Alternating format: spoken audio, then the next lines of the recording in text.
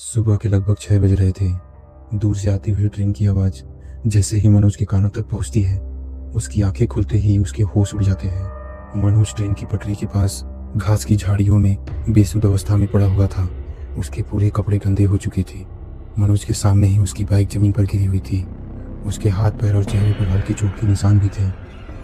तो मनोज के साथ ऐसा क्या हुआ कि वो घर से 10 किलोमीटर दूर ट्रेन की पटरी के पास घास की झाड़ियों में बेसुध अवस्था में पड़ा हुआ मिला।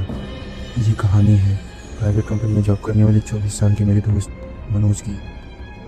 5 अप्रैल 2017 अपनी दोस्त की शादी से रात 12 बजे वो घर के लिए निकलता है, ये कहते हुए कि कल सुबह मुझे ड्यूटी जाना है। घर जल्दी पहुंचने के लिए मनोज ने शॉर्टकट रास्ता ले लिया। आधी रात का समय, रोड पर मनोज के सिवा दूर दूर तक कोई भी नहीं। रोड के दोनों तरफ बड़े बड़े घास और रोड की एक साइड बड़ी सी नहर। कुछ ही दूर चलने के बाद उसे दूर से रोड पर एक सुंदर सी लड़की दिखाई देती है। वो हाथ से इशारा करके मनोज को रोकने की कोशिश करती है। मनोज ये देखकर थोड़ा डर जाता है। वो जैसे ही लड़की के पास पहुंचकर गाड़ी रोकता है, लड़की उसके सामने ही गायब हो जाती है। ये देखकर मनोज एकदम से डर जाता है। उसके हाथ पैर कांपने लगते हैं। मनोज जैसे तैसे करके गाड़ी चालू करता है और बहुत ही तेजी से भगाता है। कुछ ही दूर पहुंचने पर उसे एहसास होता है जैसे उसके बाइक पर उसके पीछे कोई बैठा हुआ है। वो गाड़ी को और भी तेज भगाता है। डर और घबराहट की वजह से मनोज रास्ता भूल जाता है।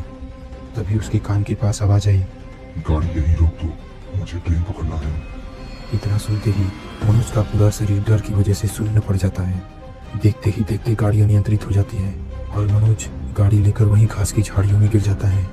और झाड़ियों में गिरते ही मनोज बेहोश हो जाता है। क्या तुम भी रात को अकेले ही घर निकलते हो?